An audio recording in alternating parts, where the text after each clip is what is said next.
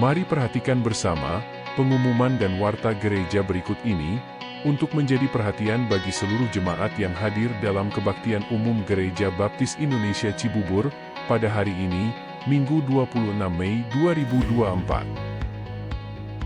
Demi kenyamanan bersama, mohon peserta kebaktian tidak membawa makanan ataupun minuman ke dalam ruang kebaktian.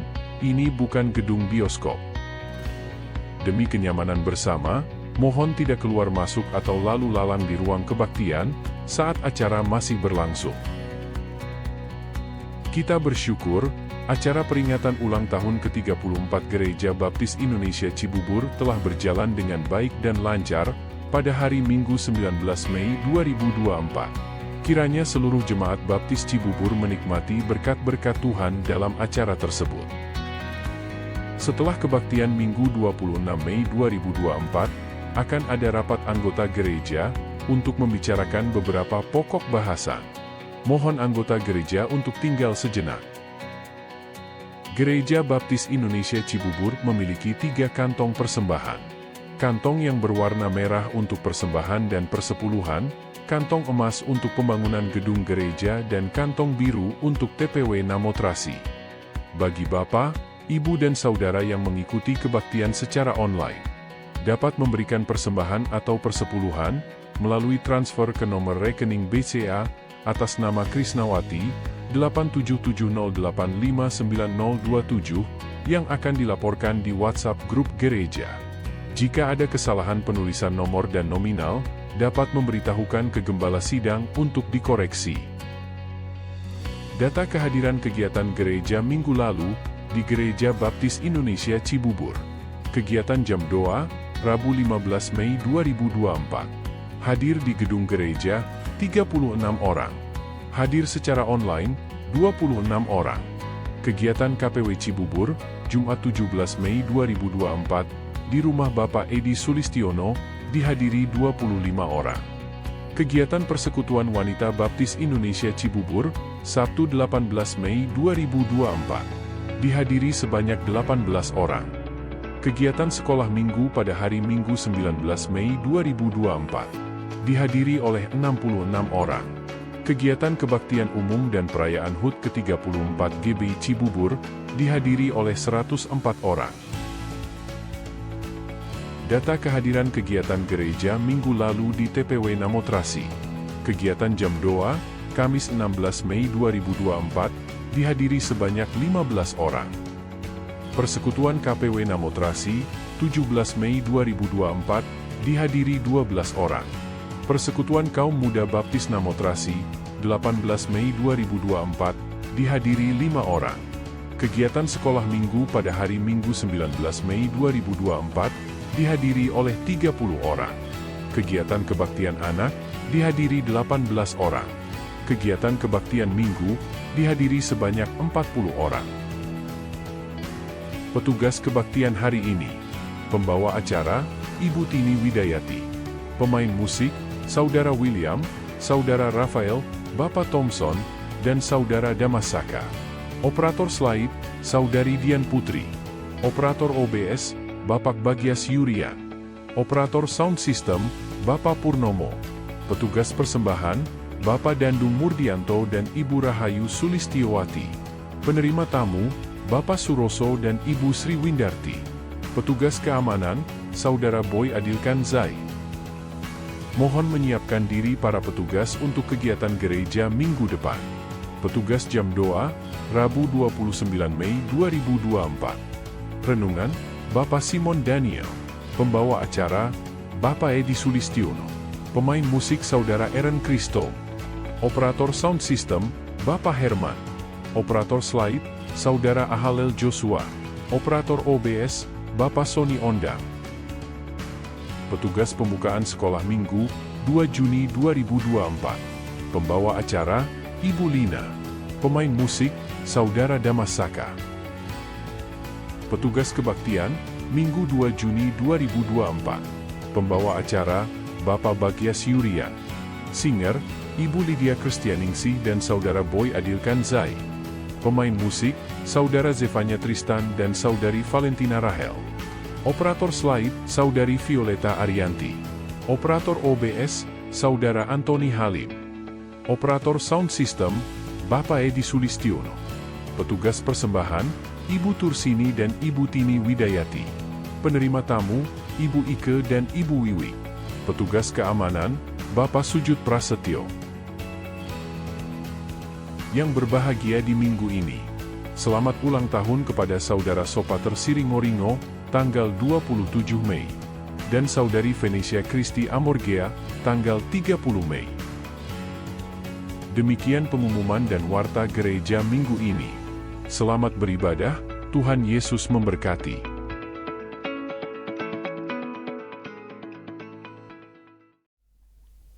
Terima kasih Bapak Thompson, Pak Sulis, dan Mas Rian yang mengerjakan pengumuman. Sekarang pengumuman kita model video seperti itu ya Bapak Ibu Saudara. Dan saya menyambut Bapak Ibu Saudara untuk berbakti pada pagi hari ini, Minggu 26 Mei 2024. Sebelum kita lanjutkan, saya akan melaporkan kegiatan yang saya ikuti kemarin di PBI Nasional Rabu sampai Jumat 22 sampai 24 Mei 2024 di Wisma Kinasih Bogor. Ini saya memimpin acara di sesi talent show. Slide berikutnya. Ini masih memimpin acara. Lalu berikutnya ini dengan peserta lain, ini hari terakhir karena pakai kaos seragam. Berikutnya itu pesertanya ya, semua totalnya 421 peserta ya dari seluruh Indonesia. Slide berikutnya, ini kalau dari atas, temanya pria bermartabat itu bertumbuh, mandiri dan memberkati, itu ya, yel-yelnya. Itu puji Tuhan dalam keadaan baik dan sehat, bertemu dengan teman-teman dan diberkati dengan banyak materi, siap untuk disampaikan di Pria Baptis Indonesia di Cibubur ini. Demikian yang bisa saya laporkan. Mari kita masuki kebaktian pagi ini dengan khidmat. Tuhan memberkati kita semua. Amin.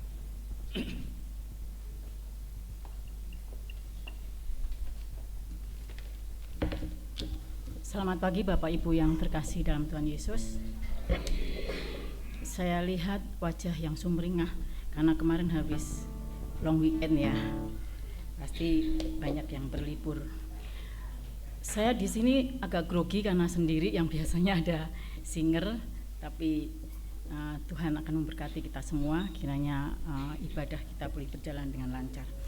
Baik, kita akan mulai ibadah kebaktian umum kita minggu ini di tanggal 26 Mei 2024. Panggilan berbakti.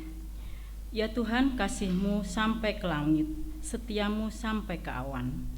Keadilan-Mu adalah seperti gunung-gunung Allah. Hukum-Mu bagaikan samudra raya yang hebat.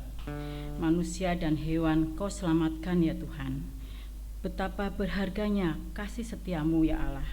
Anak-anak manusia berlindung dalam naungan sayap-Mu. Mereka mengenyangkan dirinya dengan lemak di rumah-Mu. Engkau memberi mereka minum dari sungai kesenangan-Mu. Sebab padamu ada sumber hayat, di dalam terang-Mu kami melihat terang. Lanjutkanlah kasih setia-Mu bagi orang-orang yang mengenal Engkau, dan keadilan-Mu bagi orang yang tulus hati. Mari kita akan sambut di dalam nyanyian penyembahan pagi ini. Kami mohon berdiri jemaat. Kita nyanyikan nyanyian penyembahan Tak Terbatas.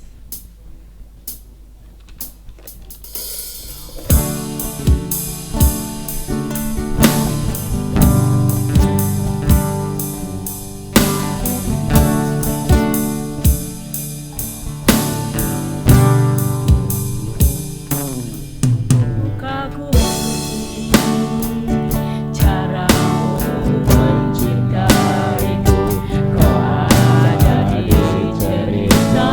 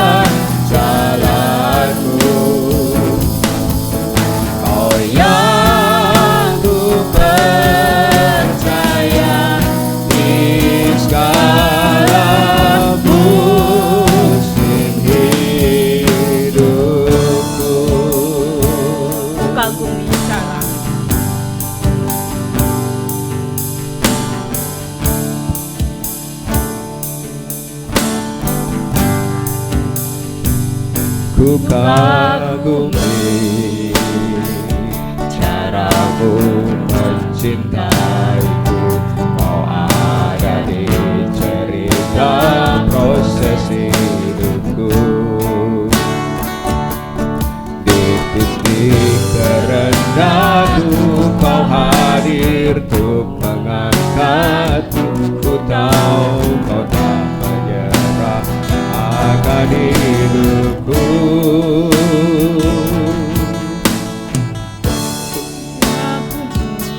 Caramu mencintaiku, Ada di cerita proses hidupku, di titik terendahku kau hadir untuk mengangkatku. Ku tahu kau tak menyerah akan hidupku. Tak terbatas kuasamu, tak terduga jalanmu. Kau yang ku andalkan di setiap langkah hidupku. Tak terbatas kasih-Mu, tak terduga jalan-Mu. Kau yang ku percaya di segala musim hidupku. Tak terbatas kuasa-Mu, tak terduga jalan-Mu. Kau yang ku andalkan di setiap langkah hidupku. Tak terbatas kasih-Mu, tak terduga jalan-Mu. Kau yang ku percaya di segala musim hidupku.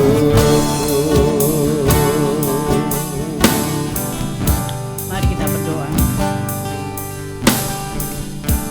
Puji Tuhan, kami mengucap syukur, terima kasih Bapa. Engkau Allah yang kami kagumi, Engkau Allah yang luar biasa dalam hidup kami. Engkau yang terus memproses hidup kami hari lepas hari hingga sampai saat ini Tuhan.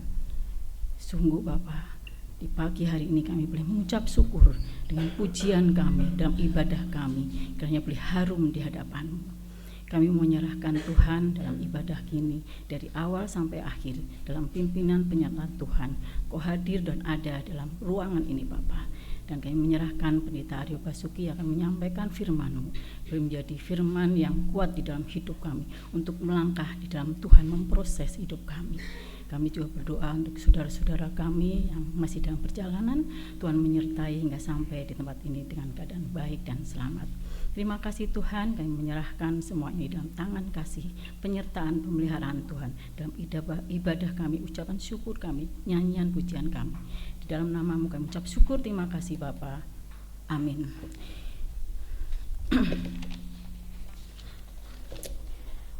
Tuhan, pandanglah aku, sertailah aku, Engkaulah pengharapanku di dalam kehidupan dan kedamaianku.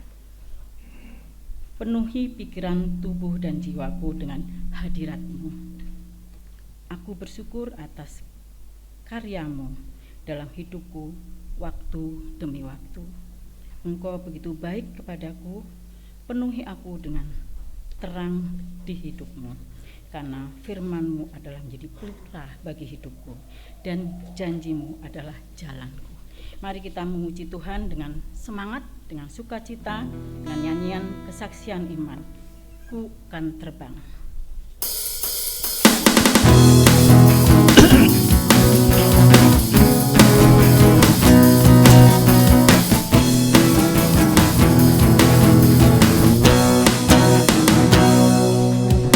Firman-Mu Tuhan, pelita bagi kakiku. Janji-Mu terang bagi jalan-jalanku. Kebenaran-Mu menuntunku tiap hari. Ku menantikan-Mu beri kekuatan baru. Ku kan terbang tinggi di awan bersama-Mu dalam kemuliaan. Sebab firman-Mu teguh menopang. Ku kan aman dalam-Mu Tuhan.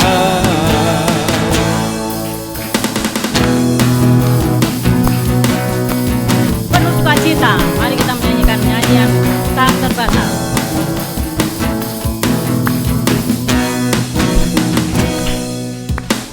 Firman-Mu Tuhan, pelita bagi kakiku. Janji-Mu terang bagi jalan-jalanku. Kebenaran-Mu menuntunku tiap hari. Ku menantikan-Mu beri kekuatan baru. Ku kan terbang tinggi di awan bersama-Mu dalam kemuliaan. Sebab firman-Mu teguh menopang. Ku kan aman dalam-Mu Tuhan. Ku kan terbang tinggi di awan bersama-Mu dalam kemuliaan. Sebab firman-Mu teguh menopang. Ku kan aman dalam-Mu Tuhan. Puji Tuhan, silakan duduk kembali. Silakan duduk kembali.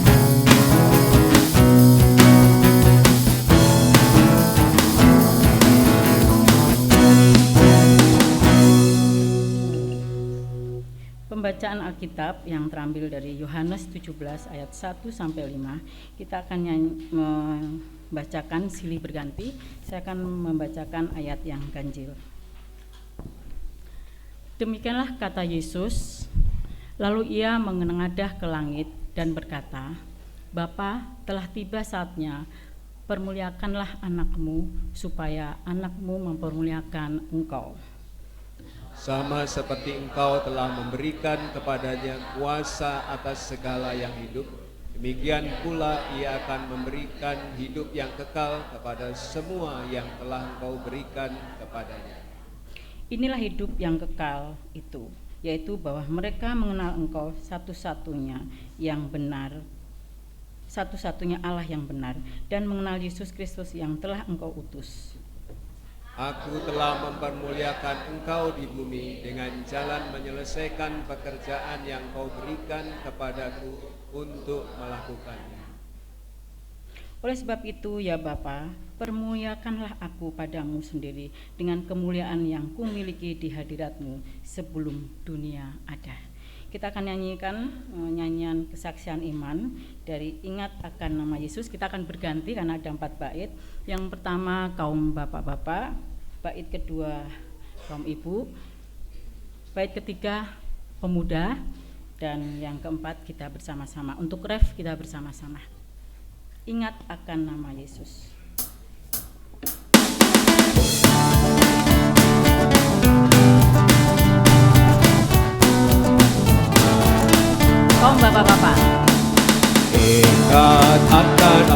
Yesus, Kau yang susah tertekan.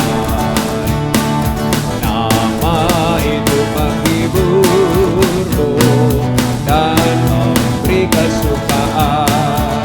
Bersama. Indahlah namanya, pengharapan dunia.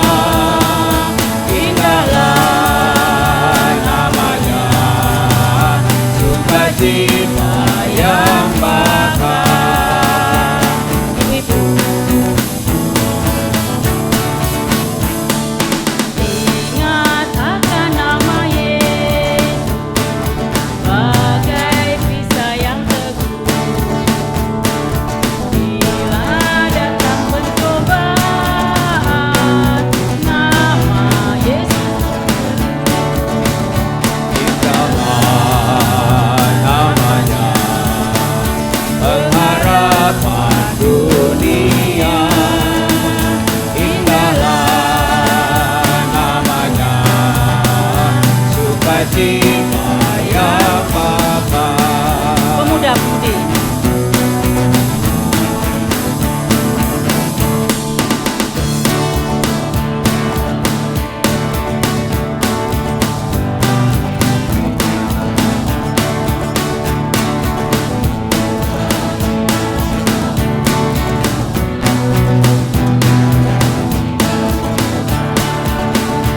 Indahlah namanya, pengharapan dunia.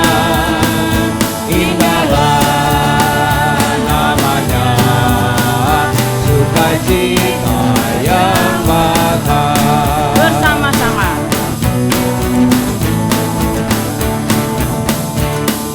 Sujud dalam nama Yesus, kita akan menyembah dan menobatkannya Raja dalam surga selamanya. Indahlah namanya, pengharapan dunia. Indahlah namanya, sukacita yang bakar.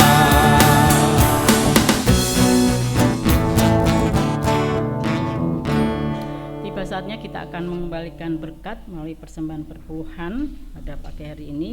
Kita akan baca saya akan membacakannya dari seruan memberi Malaki 3 ayat 10.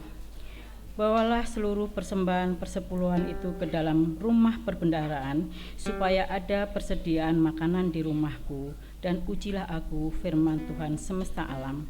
Apakah aku tidak membukakan bagimu tingkap-tingkap langit dan mencurahkan berkat kepadamu sampai berkelimpahan. Ya, mohon Bapak Dandung untuk membawa doa.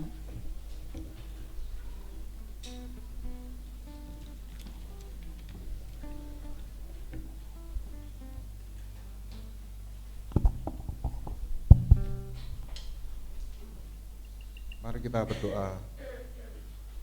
Tuhan Yesus, Bapa kami dalam surga, terima kasih atas berkat yang diberikan kepada kami. Pada pagi ini kami bersyukur dapat berkumpul di gereja ini dalam keadaan sehat. Tuhan, bentar lagi akan kita mengikuti firman Tuhan yang akan disampaikan pada Bapak Pendeta. Dan terima kasih Tuhan atas berkat yang diberikan pada kami. Pada pagi ini kita akan mengembalikan sebagian berkat untuk kemajuan gereja kami Tuhan. Terima kasih Tuhan Yesus, kami berdoa. Amin. Kantong persembahan beredar, kita akan nyanyikan lagu persembahan dan persiapan firman Tuhan juga dengan judul Indah Saat Berdoa.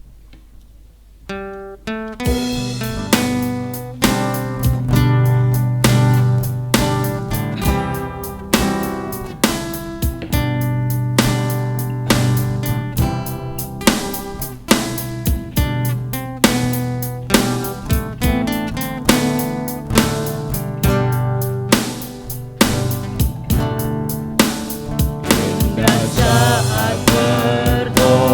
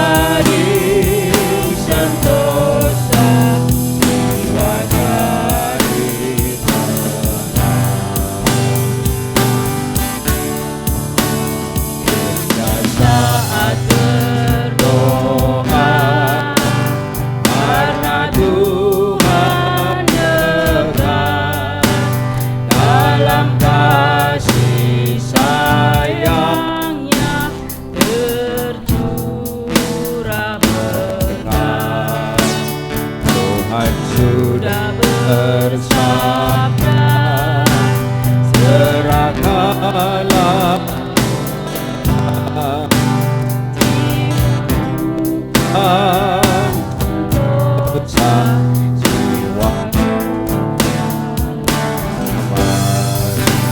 saat yang indah ini telah datang jiwa jadi sentosa jiwa jadi Saya mohon Pak Pendeta. saat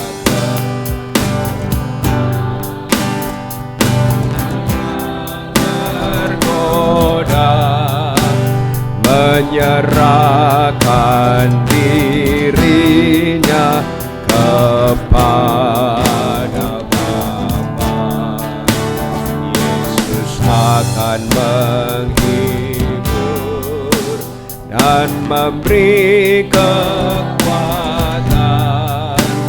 jiwa jadi sentosa jiwa rasa nyaman saat yang indah ini telah datang jiwa jadi sentosa jiwa jadi tenang. Ayat 4 kita berdiri bersama-sama. Indah saat berdoa bagi yang beriman, tersedia berkatnya yang dijanjikan. Dengan iman yang teguh, bimbang ragu hilang, jiwa jadi sentosa, jiwa jadi tenang. Saat yang indah ini telah datang, jiwa jadi sentosa, jiwa jadi tenang.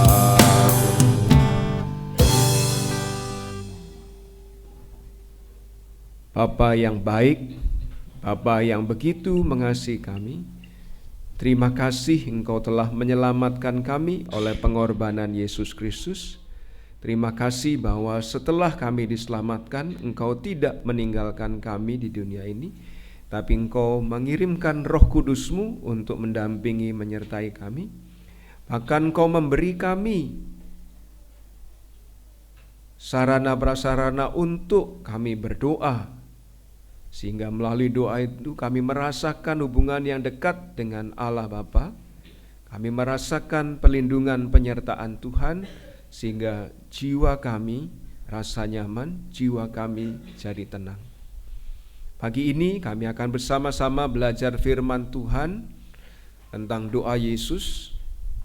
Engkau berkuasa atas hamba-Mu yang menyampaikan, dan kami semua jemaat-Mu untuk kami diberkati dari sabda-Mu ya Tuhan, firman-Mu ya Bapa, sehingga kami menikmati berkat firman Tuhan ini seutuhnya, menjadi pedoman bagi kehidupan kami, pelita dan terang bagi jalan kami. Kami serahkan waktu ini, berkuasalah atas kami semua, di dalam nama Tuhan kami Yesus Kristus kami mohon pimpinan-Mu. Haleluya, amin. Silakan duduk kembali Bapak Ibu Saudara.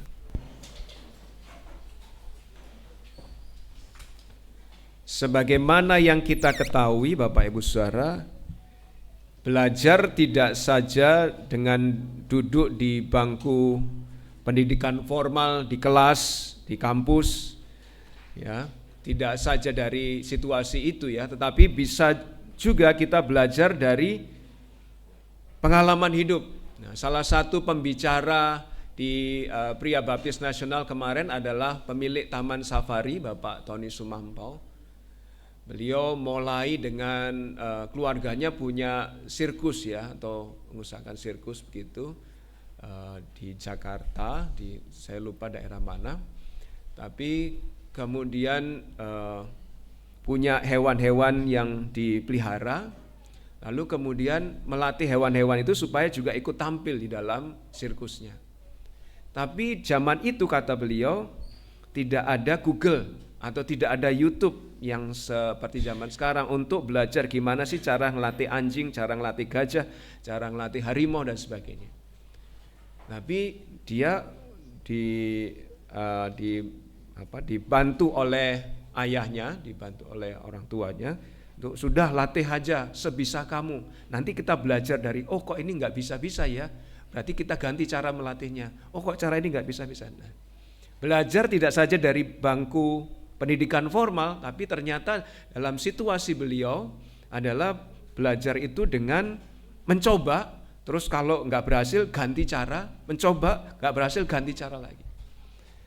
Itu dimulai tahun, saya lupa tahun berapa, tapi sampai akhirnya kemudian oleh beliau rupanya pengusaha yang selalu melibatkan Tuhan, sehingga kalau di dalam bahasa orang awam mungkin kebetulan ketemu orang ini, kebetulan ketemu orang itu, tapi dalam pemahaman beliau karena dia menyerahkan semua pada Tuhan, itu berarti rancangan Tuhan ya. Ketemu ketika mengantarkan orang tuanya berobat ke Belanda, ketemu orang yang ahli dalam bidang satwa gitu, mengurus satwa. Ketika mengantar orang tuanya berobat di Australia, ketemu orang yang ahli di bidang ini dan itu, disarankan untuk pengobatannya ke Jerman. Di Jerman bertemu orang yang bisa mengatur bagaimana luasan tanah sekian bisa untuk penampilan sirkus, bisa juga untuk satwa. Akhirnya punya taman safari di Bogor, kemudian di Prigen, Jawa Timur, termasuk Solo Zoo. Itu ya beliau berkembang ya, dan termasuk kebun binatang atau safari yang ada sirkusnya, dan termasuk kebun binatang atau safari yang terbesar di Asia ya. Beliau cerita juga ketika dia harus belajar sirkus, dia harus belajar tangannya di bawah, kakinya di atas itu selama berjam-jam, karena ya supaya menuruti keinginan orang tuanya. Dia pernah jadi pengamen juga, mulai dari rendah, dari bawah sekali ya. Nah, tapi ya itu pembelajaran ya, tidak selalu dari bangku formal. Kita juga bisa belajar dari tidak kegagalan kita, tapi bisa belajar dari kegagalan orang lain. Misalnya, oh orang itu kok berani makan itu ya, padahal makanan itu busuk loh. Oh ternyata orang itu sakit perut. Wah, kalau begitu belajar dari kegagalan atau kesalahan orang itu, saya nggak akan makan makanan busuk karena bikin saya sakit perut. Ya, kegagalan orang lain. Ya. Nah, perusahaan rokok selain mempromosikan rokok, tapi dibungkusnya ada informasi juga, itu kegagalan orang lain. Memang sih nggak ada orang mati pas ngerokok, atau ya nggak ada orang mati pas ngerokok, nggak ada ya. Tetapi saya beberapa kali bertemu semacam ini, termasuk ayah dari teman saya itu kanker lidahnya dipotong, kankernya nyebar, dipotong lagi, kankernya nyebar sampai habis lidahnya, nggak bisa dipotong, akhirnya meninggal. Karena merokoknya dia, karena nggak mau bibirnya hitam, merokoknya pakai cerutu, tapi menjadikan kanker lidah. Ya. Ada banyak contoh begini. Ya. Saya nggak nakut-nakutin saudara ya. Tapi ini bisa menjadi pembelajaran dari kegagalan orang. Tetangga belakang itu ayah dan anaknya merokok semua, tapi yang kena kanker paru-paru istrinya kan. Saya lihat kenapa kok yang kena istrinya. Oh rupanya nggak ada pembuangan udara keluar. Jadi kalau ngerokok di dalam mulek gitu ya. Mulek itu apa ya bahasa Indonesia. Tapi asap itu melingkupi yang tidak merokok, justru yang tidak merokok jadi kena kanker ya. Mati duluan ibunya ya. Yang merokok masih hidup. Ibunya yang nggak merokok malah mati dulu. Ya, itu bahaya. Jadi kalau anak-anak kalian mulai merokok sejak remaja, udah bayangkan, kalau minum air bisa keluar lewat kencing ya, tapi kalau minum asap, makan asap, nggak keluar kemana-mana. Itu jadi plak di dalam usus, jadi plak di dalam pembuluh darah, bisa berakibat jantung. Ya, salah satu korban itu adalah Pak Cia ya. Ketika beliau harusnya di bypass karena penyumbatan atau plak di jantungnya itu 90% ya. Itu gara-gara salah satunya kata dokter kebiasaan merokok. Kita bisa belajar dari kegagalan orang lain. Karena belajar tidak harus dari bangku kuliah, tidak harus dari bangku kelas formal. Nah, pagi ini kita belajar dari doa orang yang kita puji, kita sembah, kita layani. Kita belajar dari doa Yesus.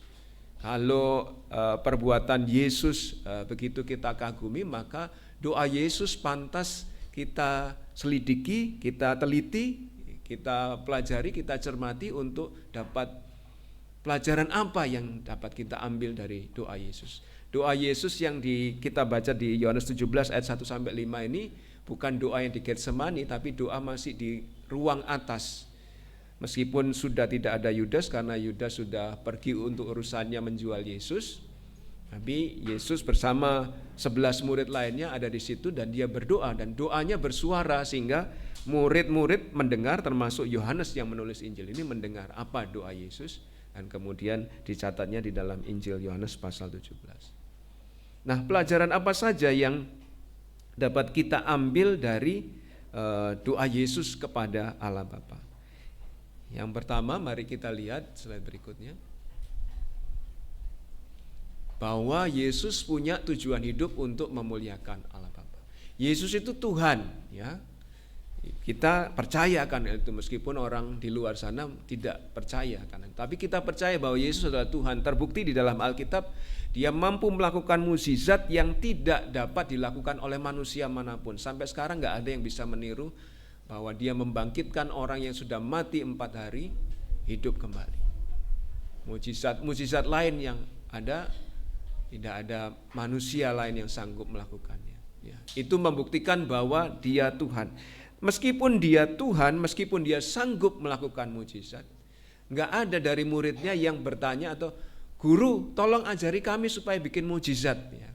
Tapi banyak sebagian besar muridnya atau mungkin semua muridnya minta guru ajari kami berdoa. Karena kehidupan doa Yesus sungguh dapat dilihat baik sehingga murid-muridnya minta ajari kami berdoa dong. Dan memang dari bagian pertama ini khususnya di ayat 1, 4, dan 5 Yesus menunjukkan bahwa meskipun dia Tuhan, dia tetap perlu berdoa. Demikianlah kata Yesus, lalu ia menengadah ke langit dan berkata. Ini Yesus yang melakukan. Kita kalau berdoa mungkin kita seperti pemungut cukai yang masuk ke bait Allah. Ketika berdoa kita merasa tidak layak di hadapan Allah, kita seringkali mengajak mari kita tunduk kepala dan tutup mata untuk berdoa. Tapi yang Yesus lakukan tidak seperti kita. Dia justru menengadah ke langit dan berkata, Bapa, telah tiba saatnya permuliakanlah anakmu supaya anakmu mempermuliakan engkau. 4. Aku telah mempermuliakan engkau di bumi dengan jalan menyelesaikan pekerjaan yang kau berikan kepadaku untuk melakukannya. 5. Oleh sebab itu ya Bapa, permuliakanlah aku padamu sendiri dengan kemuliaan yang kumiliki di hadiratmu sebelum dunia ada. Bapak Ibu Saudara, Yesus adalah Tuhan, tapi berdoa kepada Allah Bapa. Yesus adalah Tuhan tapi membangun komunikasi dengan Allah Bapa. Yesus adalah Tuhan tapi membangun hubungan persekutuan dengan Allah Bapa. Kalau Yesus saja yang Tuhan yang bisa melakukan segala sesuatunya sendiri, nggak perlu Allah Bapa, tetap berdoa, komunikasi, bersekutu dengan Allah Bapa, betapa kita orang percaya juga harus. Karena kita orang percaya mengikut Yesus, maka kita orang percaya juga harus mengikut Yesus. Membangun komunikasi dengan Allah Bapa, membangun persekutuan dengan Allah Bapa di dalam doa. Kemarin itu pas PBI Nasional ada 2 pengusaha sukses yang tampil. Pak Tony Sumampo itu Taman Safari, lalu Pak Vincent, saya lupa nama lengkapnya, itu jemaat Pangrango kalau nggak salah. Omsetnya 80 juta per hari. Ya, karena punya dermaga di beberapa kota dan gudang peti kemas. Ya, sampai ketika sampai suatu ketika ada kebaktian, lalu dia mendapat dorongan Roh Kudus untuk Vincent, beliin Pak Pendetamu mobil, dibeliin langsung sama dia. Ya, itu tapi di dalam ceritanya dia tidak terlalu menonjolkan itu. Justru dua orang ini, baik Pak Tony Sumampo maupun Pak Vincent ini menonjolkan, kami berdoa, kami mengandalkan Tuhan, kami berserah kepada Tuhan. Di sini para pengusaha, kalau ada di gereja ini, para pengusaha, jangan lupakan doa, membangun persekutuan dengan Tuhan, Allah ya. Tuhan, Yesus saja yang adalah Tuhan, berdoa, ya, bersekutu dengan Allah.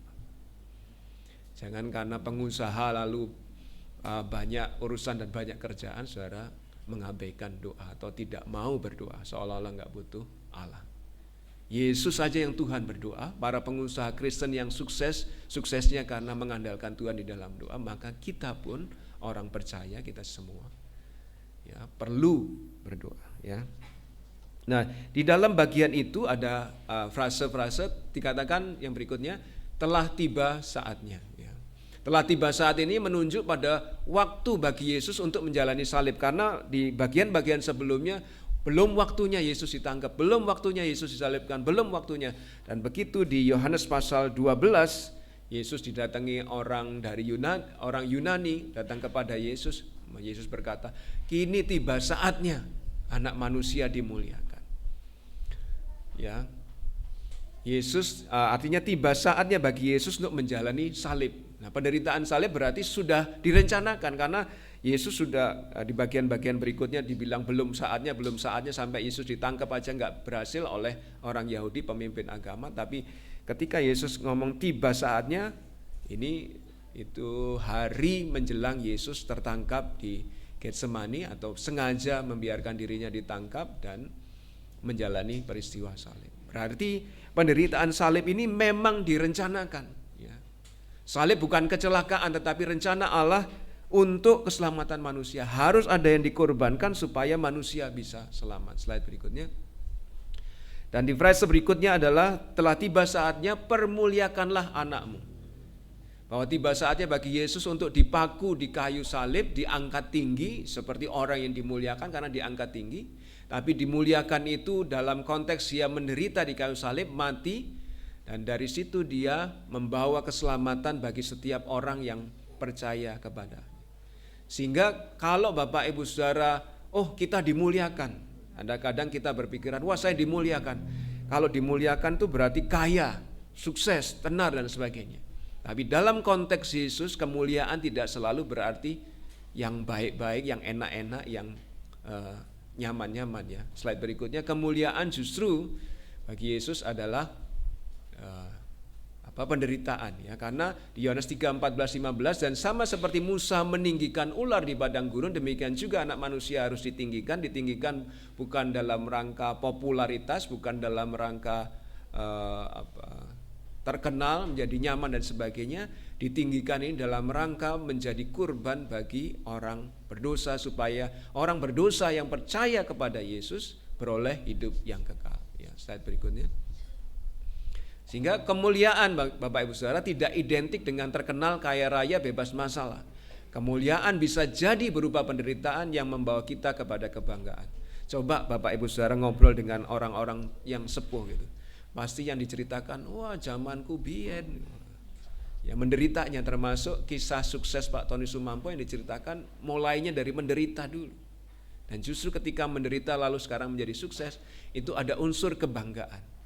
Sehingga jangan berpikir kalau saudara sedang dimuliakan Allah itu saudara kaya raya, terkenal, bebas masalah. Tidak selalu. Kemuliaan justru bisa berarti diizinkan menderita, karena ketika itu sudah saudara lewati, saudara lihat ke belakang, aku loh pernah menderita kayak begitu. Jadi itu.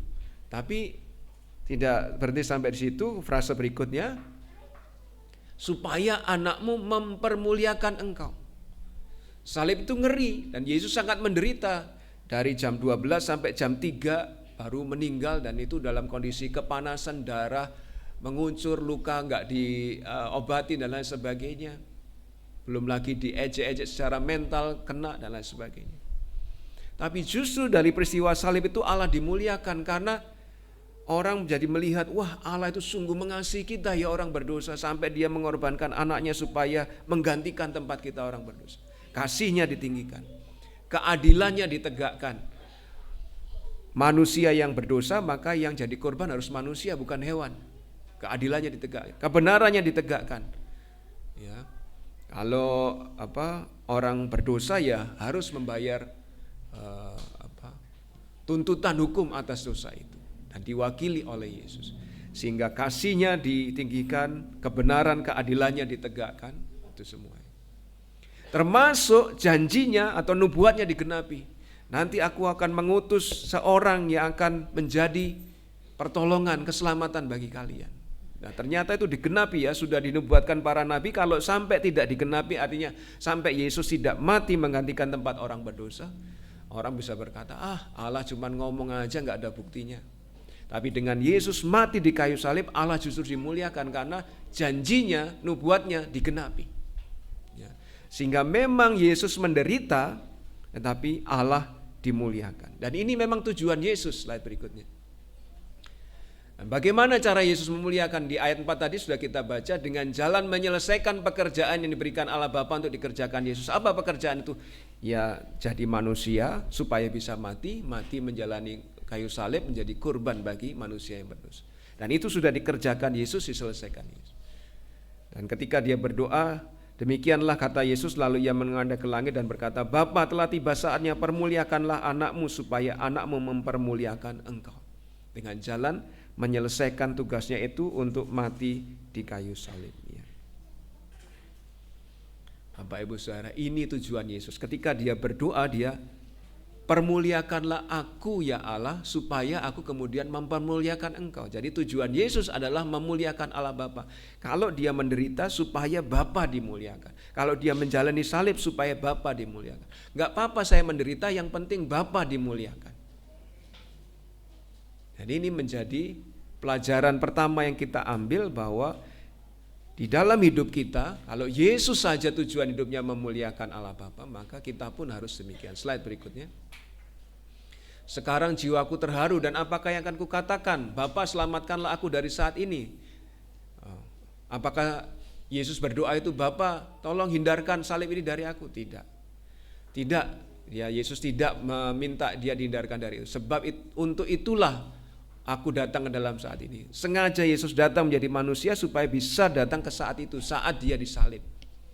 Sehingga bagi dia, gak apa-apa saya menderita, yang penting Allah dimuliakan. Slide berikutnya.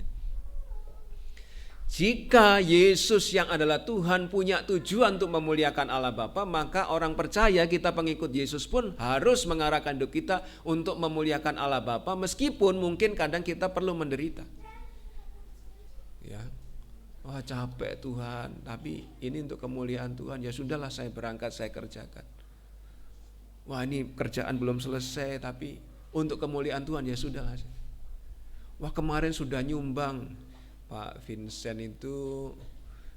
Vincent sih nggak ngomong ya di mimbar ketika dia menyampaikan materi, tapi teman saya beritahu, teman saya itu panitia, Pak Vincent ini nyumbang hampir separuh kebutuhan PPI nasional.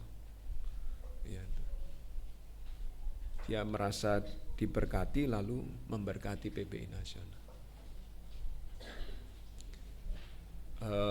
Kadang di dalam pikiran juga ada godaan dari iblis. Kemarin sudah ngasih, masa sekarang ngasih lagi, masa sekarang nyumbang lagi. Ya. Nah, Yesus memuliakan Allah Bapa, kita pun orang percaya meskipun sudah pernah nyumbang, sudah pernah persembahan, sudah pernah perpuluhan, kalau itu untuk kepentingan Allah Bapa, untuk kemuliaan Allah Bapa, ayo hajar, laksanakan gitu ya. Ya, demikian juga kita. Nah, ini menjadi evaluasi. Ini memang doa Yesus tapi menjadi pelajaran bagi kita, lalu kemudian kita evaluasi ya, kita evaluasi diri kita. Slide berikutnya, bagaimana hidup Bapak Ibu Saudara? Kembali ke Roma 11:36. Karena segala sesuatu dari Allah, saudara bisa hidup itu dari Allah, dan kita bisa ada, bisa hidup sampai hari ini itu oleh Allah, dan harusnya diarahkan kepada Allah, karena bagi Allah lah kemuliaan sampai selama-lamanya. Sehingga pertanyaan bagi kita, kalau Yesus saja tujuan hidupnya memuliakan Allah, slide berikutnya, bagaimana dengan Bapak Ibu Saudara? Memuliakan Allah enggak? Saya enggak punya apa-apa, mosok sih enggak punya apa-apa. Bisa hidup itu berarti punya nyawa, ya, punya tubuh, punya pikiran, punya uang, punya waktu, punya posisi, punya jabatan, punya relasi. Dipakai untuk apa itu semua? Memuliakan Allah atau enggak? Ya. Suatu saat kita akan dimintai pertanggungjawaban seperti orang yang menerima 5 talenta, 2 talenta, 1 talenta. Slide berikutnya. Ya. Ini orang yang menerima 1 talenta. Kini datanglah juga hamba yang menerima 1 talenta itu dan berkata, Tuhan, aku tahu bahwa Tuhan adalah manusia yang kejam, ngasih cuma 1 talenta minta dikembangkan. Ya. Tuhan, aku tahu bahwa Tuhan adalah manusia yang kejam, menuai di tempat di mana Tuhan tidak menabur dan yang memungut dari tempat di mana Tuhan tidak menanam. Slide berikutnya. Karena itu aku takut dan pergi, tak sembunyikan saja talentaku Tuhan dalam tanah. Ini terimalah kepunyaan Tuhan, enggak tak kembangkan. 1 ya tetap 1. Apakah saudara seperti hamba yang diberi 1 talenta ini? Meskipun mungkin saudara talentanya banyak, tapi bertindak seperti hamba itu dengan menyembunyikan talenta. Udah dikasih bakat, dikasih kepandaian, dikasih uang, dikasih jabatan, dikasih waktu. Melayani Tuhan? Enggak, Pak. Nah, ini ya. Slide berikutnya. Tangan kanan saya ini patah, sempat dipen. Waktu itu saya kerja di GGBI, berangkat rumah di Cisalak, berangkat dari Cisalak naik motor, kecepatan 70 km per jam. Tidak sengaja pindah dari jalur aspal ke jalur busway yang tingginya masih segini. Saya nggak waspada, jatuh,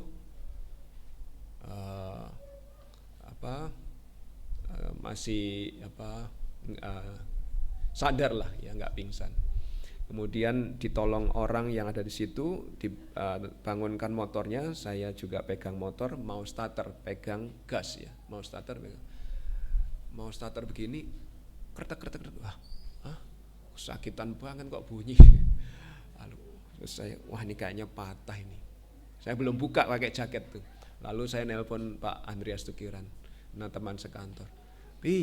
Aku kecelakaan nih, kayaknya patah tulang. Bisa tolong ke sini enggak, Dim? Di mana, Mas? Depan PGC Cililitan.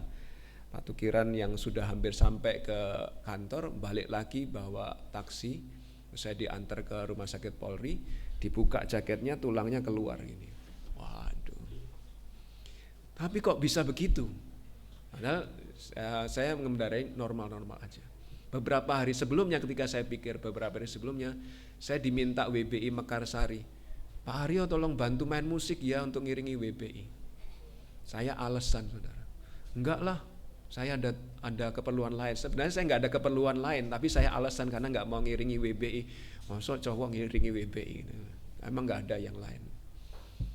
Tapi sama Tuhan dikasih alasan, nih tak kasih alasan tanganmu patah. Ya sudah punya alasan tuh sekarang. Padahal sebenarnya nggak ada alasan untuk tidak mengiringi acara itu, tapi jadinya punya alasan. Dari situ saya mikir, wah gini ya. Ya mungkin ini saya tidak mengancam, tidak menakut-nakuti. Cara Tuhan menegur saya seperti itu, cara Tuhan menegur saudara lain. Tapi jangan sampai seperti saya harus patah dulu baru melayani Tuhan ya. Karena slide berikutnya di Lukas, ini yang jadi ayat favorit saya. Setiap orang yang kepadanya banyak diberi, daripadanya akan banyak dituntut. Dan kepada siapa yang banyak dipercayakan, daripadanya akan lebih banyak lagi dituntut. Saya dikasih bakat, dikasih bisa musik, dikasih bisa ini dan itu. Tapi giliran suruh melayani nggak mau. Ya mungkin Tuhan mikir ya udah tak ambil aja. Sekarang saya kalau main musik agak lama gitu kesakitan bagian sini, meskipun sudah di pen ya. Pennya belum dicabut. Tapi ayat ini mengingatkan saya, kalau saudara banyak diberi entah itu uang, bakat, talenta, waktu dan sebagainya, itu justru banyak dituntut oleh Tuhan. Ya, Aryo kamu sudah tak beri bakat ini, suruh melayani berapa jam sih, kok enggak mau? Tuhan aku enggak seneng wong kae lah. Saudara, Itu yang dilakukan Yunus di kelas sekolah minggu hari ini ya. Saya nggak seneng orang Niniwe, nggak mau melayani Niniwe Tuhan. Ya, diingatkan Tuhan, masuk ke perut ikan. Diizinkan menderita supaya tahu rasanya. Kamu sudah tak kasih ini itu, tak minta sedikit aja kok nggak mau ya. Ya. Nah, evaluasi. Yesus saja berdoa supaya bisa memuliakan Allah Bapa. Bagaimana dengan saudara? Biasanya kalau orang nggak sibuk memuliakan Tuhan, kemungkinan besar orang itu sedang sibuk memuliakan dirinya sendiri atau dunia atau iblis. Memuliakan diri sendiri dan dunia itu jalannya iblis. Yunus, tadi Bu Ellen di kelas dewasa putri tanya, satu kata apa sih yang bisa kita belajar dari Yunus? Yunus ini kenapa nggak mau melayani? Memang dari buku itu disimpulkan kebencian, tapi di dalam ruangan saya menjawab egois. Yunus egois. Karena dia nggak suka kepada orang Niniwe dan dia nggak mau kehendak Tuhan, pekerjaan Tuhan dilaksanakan. Karepku begini Tuhan, kalau nggak mau seperti mauku, seperti karepku ya nggak usah dikerjakan. Itu maunya Yunus ya. Kalau saudara punya talenta, punya bakat, kepandaian dan sebagainya, nggak mau melayani Tuhan, sibuk melayani siapa saudara? Diri sendiri. Wah, mau saya harus dituruti Pak Pendeta. Kalau mau saya nggak dituruti, saya nggak akan melayani. Itu jalannya iblis. Yesus saja memuliakan Allah Bapa meskipun menderita, meskipun diejek, diolok-olok. Nah, kita baru ketemu teman yang nggak cocok aja kok nggak mau melayani Tuhan. Ya. Ini baru pelajaran pertama. Pelajaran kedua, slide berikutnya, Yohanes 17 ayat 2 sampai 3. Sama seperti engkau telah memberikan kepadanya kuasa atas segala yang hidup, demikian pula ia akan memberikan hidup yang kekal kepada semua yang telah engkau berikan kepadanya. 3. Inilah hidup yang kekal itu, yaitu bahwa mereka mengenal engkau satu-satunya Allah yang benar dan mengenal Yesus Kristus yang telah engkau utus. Dari sini pelajaran kita ambil adalah Yesus itu memberi hidup kekal kepada orang yang percaya. Slide berikutnya. Yaitu Yesus berkuasa memberi hidup kekal kepada orang percaya. Tapi sebelum Yesus punya kuasa memberi hidup kekal pada orang percaya, latar belakangnya Yesus juga punya kuasa atas segala yang hidup, termasuk umat manusia. Mengapa? Karena dia juga terlibat di dalam penciptaan ya. Slide berikutnya. Pada mulanya adalah firman. Firman itu bersama-sama dengan Allah dan firman itu adalah Allah. Ia pada mulanya bersama-sama dengan Allah. 3. Segala sesuatu dijadikan oleh firman itu atau Yesus itu. Tanpa Yesus, tanpa firman itu tidak ada sesuatu pun yang telah jadi dari segala yang telah dijadikan. Didukung Kolose 1:16. Karena di dalam dialah telah diciptakan segala sesuatu. Di dalam Yesus telah diciptakan segala sesuatu yang ada di surga, yang ada di bumi, yang kelihatan, yang tidak kelihatan, baik singgasana maupun kerajaan, pemerintah maupun penguasa. Segala sesuatu diciptakan oleh Yesus dan untuk Yesus. Karena Yesus terlibat dalam penciptaan, maka dia bisa memberi hidup maupun dia bisa mengambil hidup. Kalau dia mau, dia mengambil hidup dari seseorang. Kalau dia mau, dia juga bisa memberi hidup kepada seorang, termasuk kepada Lazarus. Sudah mati 4 hari, diberi hidup, hiduplah dia, Lazarus. Ya. Karena dia sanggup atau terlibat dalam penciptaan, sanggup atas atau berkuasa atas segala sesuatu, maka untuk memberi hidup kekal bukan perkara yang sulit bagi Yesus, bukan perkara mustahil bagi Yesus. Slide berikutnya. Kuasa yang Yesus miliki sekarang secara khusus kepada orang percaya digunakan untuk memberi hidup kekal. Tapi orang bisa percaya kepada Yesus itu karena ditarik oleh Allah Bapa. Orang nggak bisa serta-merta percaya kepada Yesus kalau tidak ditarik oleh Allah Bapa. Yohanes 6:44 berkata demikian. Tidak ada seorang pun yang dapat datang kepadaku jikalau orang itu tidak ditarik oleh Allah Bapa yang mengutus aku, dan ia akan kubangkitkan pada akhir zaman. Jadi kalau kita bisa percaya, kita bisa selamat, itu karena Allah Bapa menarik kita. Sehingga kita nggak bisa, ini loh aku masuk surga gara-gara aku percaya Yesus. Kita bisa percaya Yesus itu karena Allah Bapa yang menarik kita. Orang yang ditarik Allah Bapa kepada Yesus akan dibangkitkan oleh Yesus untuk mendapat hidup kekal dan tinggal bersama Yesus dan Allah Bapa di surga. Ini ya. Meskipun hidup kekal itu dalam pikiran kita hidup selama-lamanya bersama dengan Allah Bapa di surga, tetapi aspek yang dikatakan Yesus di dalam doa ini tidak sekedar hidup kekal di surga. Slide berikutnya. Ya. Yesus dapat memberi hidup kekal kepada orang percaya dan tidak ada nama lain yang bisa memberi hidup kekal. Ya, nama saya tidak bisa memberi hidup kekal. Nama nabi lain tidak bisa memberi hidup kekal. Nama tokoh agama lain tidak bisa memberi hidup kekal. Di bawah kolong langit ini hanya nama Yesus yang bisa memberi keselamatan hidup kekal. Slide berikutnya, tapi aspek hidup kekal tidak sekedar hidup surga, tapi dikatakan di ayat 3 itu hidup di dalam pengenalan terhadap Allah Bapa dan Yesus Kristus. Nah, kalau saudara nggak mau kenal Allah Bapa dan Yesus, nanti di surga saudara ngapain? Benci ketemu Yesus, tapi tiap hari bersama Yesus di surga, ya nggak mungkin dong. Jadi kenal Yesus itu artinya punya hubungan karib, akrab dengan Yesus. Tidak sekedar tahu siapa Yesus. Oh, itu orang yang lahir di Bethlehem ya Pak. Dibesarkan di Nazaret oleh keluarga Maria dan Thompson. Keluarga Maria dan Yusuf. Bukan salah ya. Maria dan Yusuf ya Bapak Ibu, bukan. Ya, kenal Allah dan Yesus, akrab bersekutu dengan Allah dan Yesus, itu artinya kenal, bukan sekedar tahu faktanya. Ya. Tapi kenal, benar-benar kenal. Ya. Kenal berarti akrab, karib, membangun hubungan persekutuan dengan Yesus, dengan Allah. Kenal dan akrab berarti suka belajar Alkitab, firman Allah, dan merenungkan serta melakukan perintah Allah. Sehingga nggak sampai dikatakan di Matius 7, 21, 23 ya. Slide berikutnya. Bukan setiap orang yang berseru kepadaku, Tuhan, Tuhan akan masuk dalam kerajaan surga, melainkan dia yang melakukan kehendak Bapakku yang di surga. Pada hari terakhir banyak orang akan berseru kepadaku, Tuhan, Tuhan, bukankah kami bernubuat demi namamu dan mengusir setan demi namamu dan mengadakan banyak mukjizat demi namamu juga? Pada waktu itulah aku akan berserang kepada mereka dan berkata, aku tidak pernah mengenal kamu, hanyalah daripadaku kamu sekalian pembuat kejahatan. Ini artinya bukan keselamatan ditentukan perbuatan baik kita, seberapa kita melayani Tuhan, bukan. Ya. Nah, tapi keselamatan di dalam keselamatan itu termasuk ketika kita mengenal Allah Bapa dan Yesus. Karib. Oh, saya membaca Alkitab Pak di rumah tiap hari. Baca Alkitab di rumah tiap hari sampai enggak ke Ibrani 10:25. Kayaknya pernah deh Pak. Lah baca Alkitab tiap hari katanya sampai Ibrani 10:25 kok nggak pernah ke gereja, nggak nyambung itu. Ya di Ibrani 10:25 janganlah menjauhkan diri dari pertemuan-pertemuan ibadah. Kalau membaca Alkitab setiap hari sampai pada Ibrani 10:25 ya akhirnya pada setia kepada Tuhan, beribadah kepada Tuhan. Ya. Karib, kenal akrab dengan Allah Bapa dan Yesus itu berarti juga mau melakukan perintah. Ya.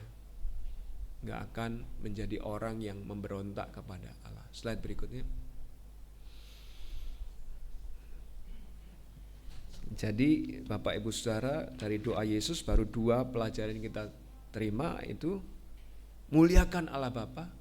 Lalu kejarlah supaya akrab dan karib dengan Allah dan Yesus. Dan pelajaran ketiga, pelajaran terakhir di ayat 5. Oleh sebab itu ya Bapa, permuliakanlah aku padamu sendiri dan kemuliaan yang kumiliki di hadiratmu sebelum dunia ada. Ini artinya permuliakanlah aku, artinya Yesus minta dimuliakan. Itu kalau bahasa sederhananya, tapi dalam doa ini kalimat yang lebih tepat adalah Yesus minta perkenan Allah Bapa. Yesus berkenan kepada Allah Bapa karena telah menyelesaikan tugas yang diberikan Bapa kepadanya dan yang dia cari adalah pujian dari Allah Bapa. Ini juga harus menjadi tujuan kita. Tidak saja memuliakan Allah Bapa tapi nyari supaya Allah memuji kita. Ya. Slide berikutnya. Kadang yang kita cari bukan Allah memuji kita, yang kita cari manusia lain memuji kita. Yesus diterima kembali di dalam hadirat Allah dengan kemuliaan yang telah ia miliki sebelumnya, yang ia tinggalkan ketika dia menjadi manusia. Kemuliaan ditinggal, sekarang ketika dia bangkit, dia diterima kembali, naik ke surga, diterima kembali di depan Allah, kembali memiliki kemuliaan yang dia tinggalkan di surga. Slide berikutnya. Kalimat ini menunjukkan bahwa Yesus adalah Allah karena dia sebelum meninggalkan surga untuk menjadi manusia, dia sudah punya kemuliaan yang sama dengan Allah. Ini cocok dengan Yohanes 1 ayat 1. Pada mulanya adalah firman dan firman itu bersama-sama dengan Allah dan firman itu adalah Allah. Nah, slide berikutnya. Kebangkitan Yesus dari kematian bukti bahwa korban Yesus diterima. Oh, korbanmu baik, benar, sempurna, suci. Saya terima. Akhirnya Yesus bangkit dari kematian. Tidak saja Yesus bangkit, Yesus naik ke surga dan duduk sebelah kanan Allah Bapa. Kalau dia tidak diperkenan oleh Allah Bapa, nggak akan dia duduk di sana. Sehingga dia memiliki kembali kemuliaan yang dia tinggalkan. Filipi 2 ayat 6-7 berkata, yang walaupun dalam rupa Allah tidak menganggap kesetaraan dengan Allah itu sebagai milik yang harus dipertahankan, kemuliaannya ditinggal supaya dia bisa menjadi manusia, melainkan telah mengosongkan dirinya sendiri dan mengambil rupa seorang hamba dan menjadi sama dengan manusia. Nah, kalimat ini menunjukkan bahwa permohonan Yesus untuk dia ingin dipuji, tapi yang muji Allah Bapa bukan manusia. Karena ketika Allah memuji dia, berarti Allah menganggap Yesus berkenan. Allah menganggap Yesus pantas untuk dipuji. Dan itulah yang dicari Yesus. Kita seringkali mencari pujian manusia. Slide berikutnya. Ya, manusia di dunia termasuk saya, kadang kita sering tergoda untuk mencari pujian. Ya apa nyanyiku mau? Gimana tadi? Gitu ya. Supaya orang muji, wah hebat Pak, bagus Pak. Kita waduh berbunga-bunga senang gitu ya. Tapi Yesus tidak itu. Yesus malah nyari pujian dari Allah. Enggak penting dipuji manusia atau enggak, yang penting dipuji Allah. Diperkenan Allah. Sampai kepada orang Yahudi yang enggak mau percaya Yesus dikatakan slide berikutnya. Bagaimana kamu dapat percaya wong kamu nyari penghormatan dari manusia yang lain? Kalau kamu percaya kepadaku, nanti kamu dimusuhi temanmu, nggak dihormati temanmu. Ya, kamu maunya nyari penghormatan dari manusia, ya nggak mau percaya kepadaku lah. Pada orang-orang Yahudi itu nyari kehormatan dari manusia, makanya nggak mau percaya Yesus. Karena kalau percaya Yesus mereka dikucilkan. Ya. Nah, terus Pak Pendeta, lantas kita nggak boleh menerima pujian dari orang lain? Boleh. Kalau ada orang lain memuji, ya itu kita patut bersyukur. Itu dapat anugerah dari Tuhan. Ya. Wah suaranya bagus, khotbahnya mantap dan sebagainya. Ya. Bersyukur kalau ada orang yang memuji demikian. Namun itu tidak untuk sesuatu yang dicari. Ya. Sampai misalnya kebetulan dapat tugas main musik di depan sini, lalu direkam. Lalu diunggah, ini gue keren mainnya nih, main keyboardnya keren, main drumnya keren, direkam. Wah hebat ya mainnya.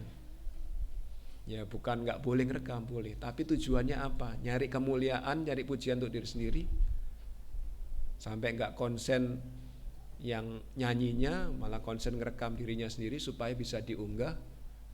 Lalu cari pujian dari manusia. Karena kalau kita nyari pujian dari manusia itu pengaruh dalam pelayanan. Misalnya ini contoh ya. Kalau dalam konteks saya pengkhotbah kalau nyari pujian dari manusia misalnya, biasanya takut mengungkap ayat yang keras. Wah kalau saya khotbah di sini mengungkap ayat yang keras, ayat yang menegur, nanti jangan-jangan nggak diundang lagi, lumayan ya bayarannya. Misalnya itu. Ya. Pengkhotbah yang nyari pujian manusia mau ngomong yang menyinggung nggak berani karena takut nggak diundang lagi. Ya. Kalau dapat pujian syukuri saja, itu anugerah dari Tuhan. Kalau nggak usah dicari. Yang perlu kita cari adalah pujian dari Allah. Itu yang dilakukan Yesus. Permuliakanlah aku ya Allah. Dia minta diuji apakah dirinya berkenan kepada Allah Bapa. Slide berikutnya. Ini yang dilakukan Paulus. Jadi bagaimana sekarang? Adakah ku cari kesukaan manusia atau kesukaan Allah? Adakah ku coba berkenan kepada manusia? Sekiranya aku masih mau mencoba berkenan kepada manusia, maka aku bukanlah hamba Kristus. Kalau sampai Paulus pingin menyenangkan pendengarnya, wah jangan ngomong gini lah, nanti pendengarku gak seneng, gak diundang lagi. Berarti dia mencari perkenan manusia, tidak mencari perkenan Kristus. Berarti dia bukan hamba Kristus tapi hambanya manusia. Nah, Paulus nggak mau seperti itu. Sehingga ini menjadi dorongan bagi kita. Setiap pengikut Kristus seharusnya ingin dipuji Kristus, dipuji Allah, mencari perkenan Kristus dalam pikiran, perkataan, perbuatannya. Sehingga kadang-kadang ketika saya ataupun orang lain mengambil langkah, dan saya ataupun orang lain tahu itu sesuai firman Tuhan, Pak Pendeta, orang ini nggak seneng, nggak peduli orang itu nggak seneng, protes silahkan. Yang penting saya jalan sesuai firman Tuhan. Itu prinsip saya. Sehingga nggak terlalu baper. Mau protes apa, mau cari dukungan di luar sana, mau ini dan itu, silahkan. Sepanjang saya berjalan di jalan yang benar, jalannya Tuhan, nggak peduli dipuji atau enggak.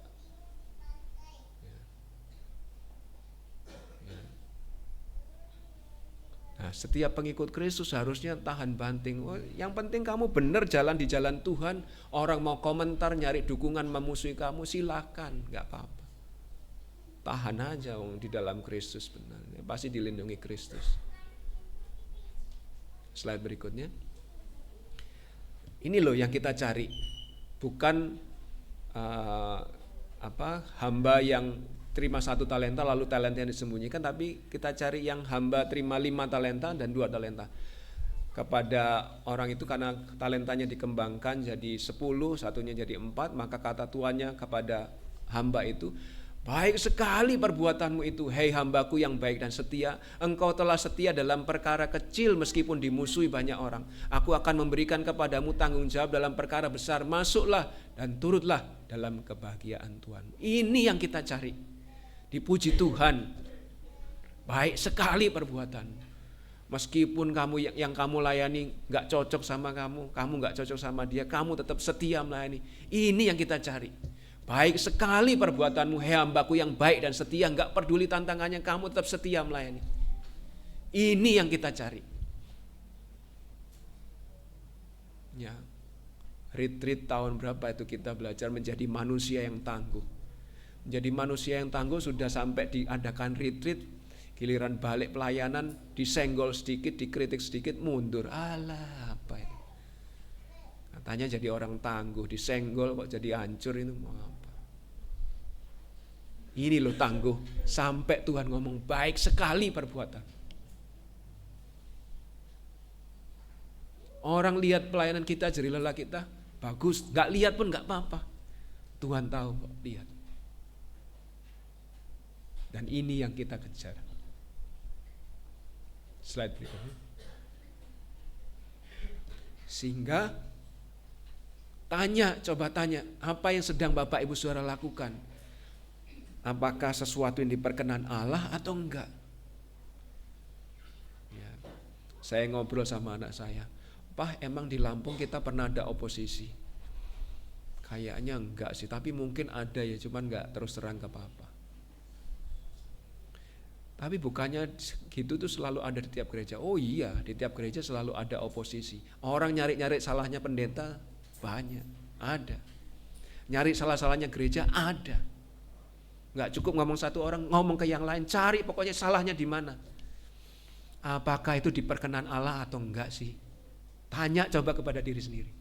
Aku ini mendukung pekerjaan Tuhan, bikin usahanya pekerjaan Tuhan makin maju, makin melejit, makin mantap, makin hebat, atau aku ini orang mau maju malah ngapain itu jadi pembawa acara, anggota masih baru jadi pembawa acara, ngapain sih itu? Kalau mau melayani bilang aku mau melayani, ikut melayani, nggak usah kritik-kritik, nggak usah jadi oposisi. Saya itu ketika baca dengar Alkitab bagian Korah, ngeri saudara. Di perjanjian lama, Korah nentang Musa, tapi nggak sekedar nentang Musa, tapi dia nentang Allah. Udah biarin tuh di lapangan menjauh semua. Nanti yang aku perkenan yang hidup, yang nggak aku perkenan matinya dengan cara yang aneh. Korah sak keluarganya masuk ke tanah ditelan hidup-hidup. Saya dengar itu ngeri.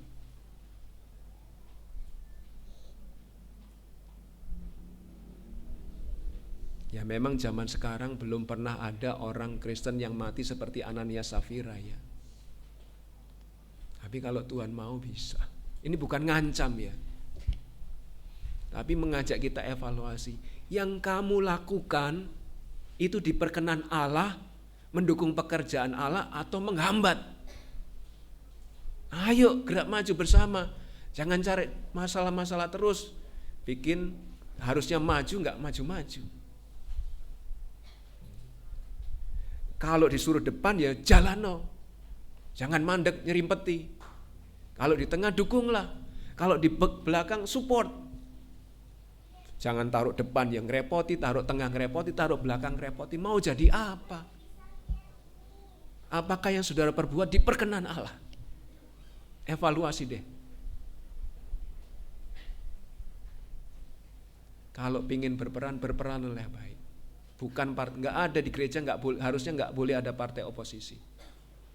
Wong kita mau cari kemuliaan Tuhan, saudara cari kemuliaan siapa kalau mau jadi partai oposisi? Slide berikutnya. Ini 3 pelajaran dari doa kepada Yesus. Yesus punya tujuan untuk memuliakan Allah Bapa meskipun dia harus menderita. Nah, apakah hidup Bapak Ibu Saudara sedang memuliakan Allah Bapa atau membuat Allah Bapa dipermalukan? Pak, Bu, maaf aku bikin malu Bapak Ibu. Ya kamu bikin malu apa? Ketangkep, berbuat salah di sekolah. Aduh, nggak cuman Bapak Ibu yang malu, Allah malu juga loh. Apakah hidup saudara sedang memuliakan Allah Bapa atau enggak? Yang kedua, Yesus itu berkuasa memberi hidup kekal surga. Hidup kekal itu ada dalam mengenal Allah Bapa dan Yesus Kristus. Ayo, apakah yang saudara lakukan sedang mengenal Allah Bapa, membangun persekutuan dengan Allah Bapa, suka bersekutu dengan umatnya, suka merenungkan firman Tuhan. Diajak bersekutu angelmen padahal yang enggak ada kegiatan. Hari libur saja. KPW enggak gelem, kaum muda enggak gelem, PBI enggak gelem, WBI enggak gelem, apa sih? Pak, kebaktian sudah cukup kan? Masuk surga kok Pak? Yo masuk surga. Orang yang suka membangun hubungan karib dengan Allah, berusaha supaya bisa bersekutu dengan umatnya, berusaha supaya merenungkan firman Tuhan. Ya, slide berikutnya, yang terakhir belajar. Yesus mencari perkenan Allah dengan menyelesaikan pekerjaan dipercayakan. Apakah saudara mencari perkenan Allah? Atau sedang cari kesenangan sendiri, kesenangan dunia, kesenangan iblis? Saudara cari kesenangannya siapa? Pokoknya mau saya harus dituruti Pak Pendeta loh. Kamu cari kesenanganmu sendiri. Orang di gereja gak ada yang pintar. Oh berarti kamu pintar sendiri. Kesenangan siapa yang saudara cari? Nah kalau kamu yang paling pintar, kenapa nggak terlibat melayani? Pimpinlah, coba gantian kamu yang mimpin deh. Nggak apa-apa kok saya. Tapi saudara cari perkenan Allah atau perkenan manusia. Kiranya nih doa Yesus tapi maknanya dalam pelajarannya banyak. 3 saja cukup saya. Supaya ini menjadi modal bagi kita mengubah hidup kita untuk suka bersekutu dengan Allah. Ya, untuk mencari perkenan Allah dan berusaha memuliakan. Amin. Mari kita berdoa. Bapa yang baik, hamba-Mu terbatas di dalam menyampaikan firman Tuhan.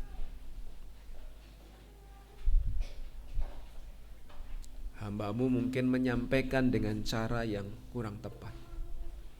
Tapi Roh Kudus-Mu menggunakan dengan cara yang indah dan ajaib untuk memperbarui kami semua.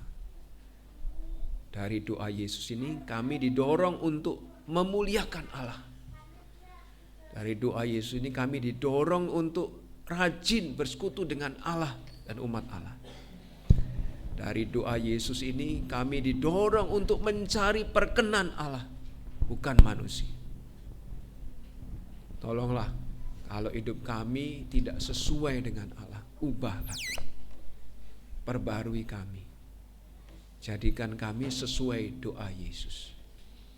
Di dalam nama Yesus itulah kami bersyukur atas firman. Haleluya. Amin.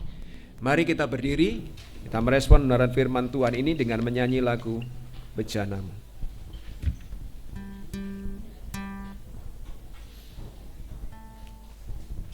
Pikirkan syair yang kita nyanyikan, bahwa pikiranku, kehendakku semua diserahkan kepada Tuhan, pikiran kita, kehendak kita semua diserahkan pada Tuhan untuk kemuliaan Tuhan.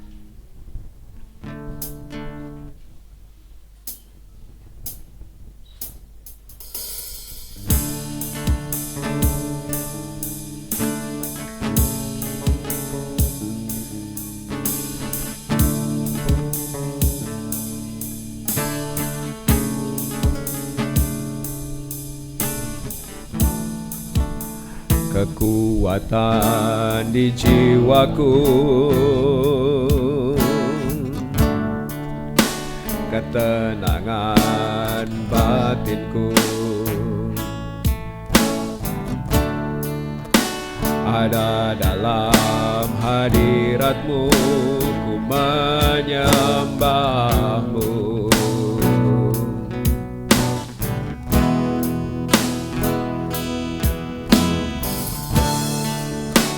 Tersungkurku di kaki-Mu,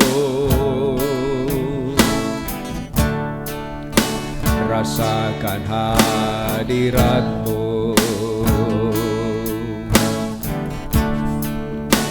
Takkan ku melepaskan-Mu, Kau cahaya bagiku. Mengiringmu seumur hidupku, masuk dalam rencana-Mu Tuhan. Pikiranku, kehendakku, ku serahkan padamu. Harapanku hanya di dalam-Mu, ku kan teguh bersama-Mu Tuhan. Jadikanku bejana-Mu untuk memuliakan-Mu.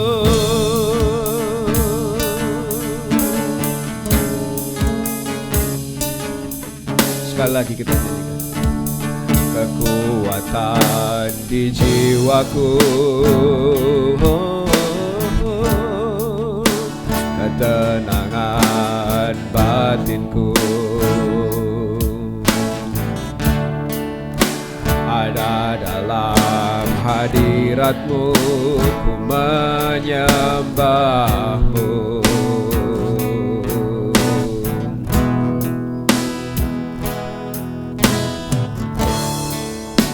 Tersungkurku di kaki-Mu, rasakan hadirat-Mu.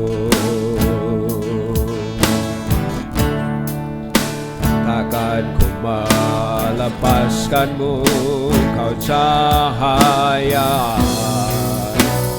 bagiku. Mengiringmu seumur hidupku, masuk dalam rencana-Mu Tuhan. Pikiranku, kehendakku, ku serahkan padamu. Harapanku hanya di dalam-Mu, ku kan teguh bersama-Mu Tuhan. Jadikanku bejana-Mu untuk memuliakan-Mu.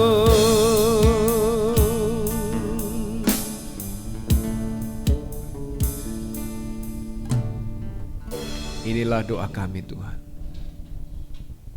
Jadikan kami orang-orang yang memuliakan Tuhan Bukan memuliakan diri kami sendiri, bukan memuliakan ego kami, tapi memuliakan Tuhan. Sehingga kami rela pikiran, kehendak, dan seluruh keberadaan kami dikuasai Tuhan. Sehingga kami rela melakukan kehendak Tuhan meskipun menderita. Sehingga kami rela tetap teguh di dalam Tuhan meskipun banyak tantangan. Yang penting Tuhan senang. Yang penting Tuhan berkenan. Tolonglah kami mengusahakan itu. Dilihat orang atau tidak dilihat orang, tolonglah kami mengusahakan itu. Terima kasih atas pimpinanmu dari awal, pertengahan hingga akhir kebaktian ini. Kami bersyukur kepada Tuhan. Selanjutnya kami akan mengadakan rapat anggota gereja, khusus untuk anggota gereja Cibubur. Kau memberkati sehingga pembicaraan di antara kami sungguh berkenan kepada Tuhan. Kau juga memberkati perjalanan pulang kami ke rumah kami masing-masing. Tuhan lindungi, jagai sampai di rumah dalam keadaan baik, sehat, selamat. Untuk menjadi orang yang berusaha memuliakan Tuhan dimanapun kami berada.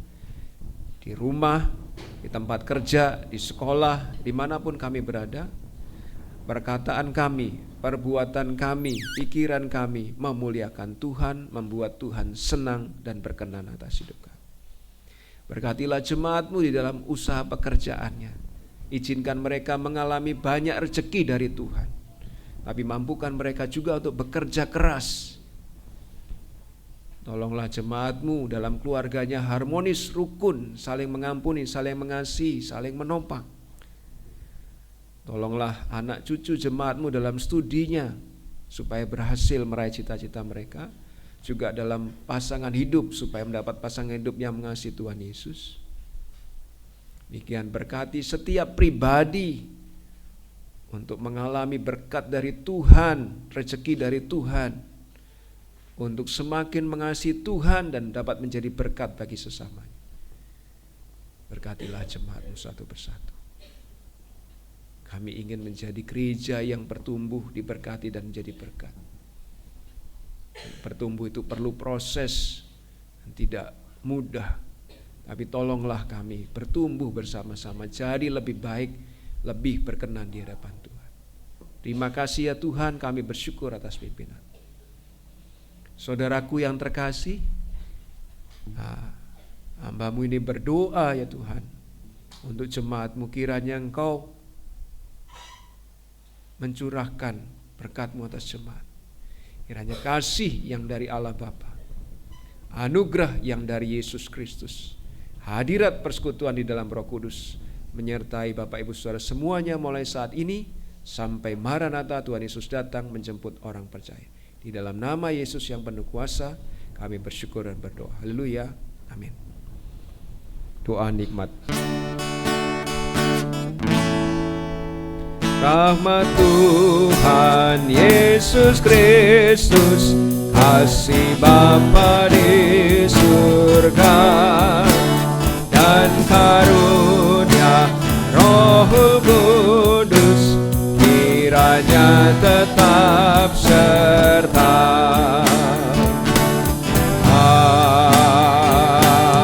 Amin. Silakan duduk sejenak, bersaat teduh sejenak. Khusus anggota gereja, kita lanjutkan dengan rapat anggota gereja.